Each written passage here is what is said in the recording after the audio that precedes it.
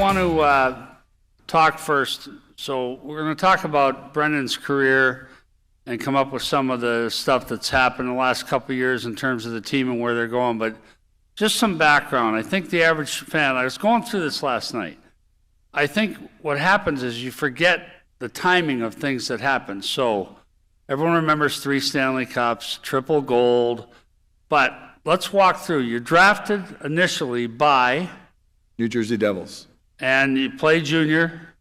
I had played 2 years of junior in London, and then I got drafted by the Devils in '87, second overall, and made the team that year, which was a stretch. I probably it wouldn't have been the worst thing to go back to junior, but I did make the team that first year, and when it looked like I might be sent back to junior, I decided, I remember the very first one was in LA, a guy by the name of Jay Wells asked me to fight, and I said okay.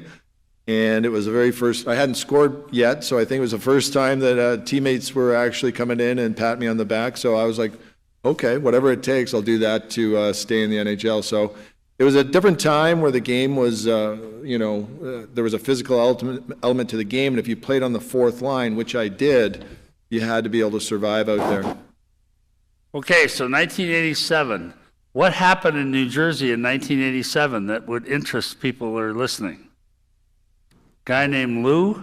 Oh, yeah, no, Lou. Yeah, Lou Lamoriello was his first year. That was his first draft. So I thought you were going to say, like I always say in 1987, I did the responsible thing. I wanted to buy a fancy car, and my agent said, no, put your money in the stock market. And then Black Monday happened in October. I was like, this stock market thing is really bad. That's a bad idea. So I wish I did something stupid with my money, because this is really dumb. So yeah, that was Lou's first year and his first draft, and like I said, it was a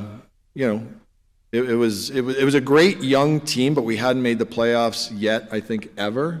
And then that year we made the playoffs the last game of the season. John McClain got an overtime goal. A tie wouldn't have we couldn't have gotten in the playoffs with a tie. John McClain tied a game up in Chicago late in the third, and then got an overtime goal to get us into the playoffs. So it was a lot of fun.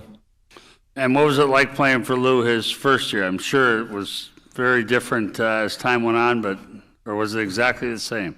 No, I think a lot of Lou's stuff sort of grew over the years. I would say this, that as I alluded to, like I really struggled my first year and a half, and until I found my way, and it did feel like it was overnight. And part of it was learning how to be a pro. Part of it was being 18, 19 years old. Part of it was someone's bad luck, which ended up being my good luck. It was an injury to Mark Johnson on the first line, which, I had never played left wing in my life. And they came to me halfway through my second year and said, have you ever played left wing? And I said, sure, all the time. So I got to play with Patrick Sundstrom and John McClain, and things it seemed like an overnight switch from that. But what I'd say about Lou at the time was, I was talking to him about going back to junior. I'd already played a year in the NHL, so that would have been really weird and embarrassing. My father was suffering from Alzheimer's disease at the time. I wanted to go home. I was homesick. I just wasn't happy. And I always remember Lou saying to me that because he had come from Providence College, he really knew how to deal with 18 and 19-year-olds. So he was very patient. He was a big reason why I didn't quit, and I thought about quitting. But he stuck with me, and then things, like I said, it was almost overnight they turned around.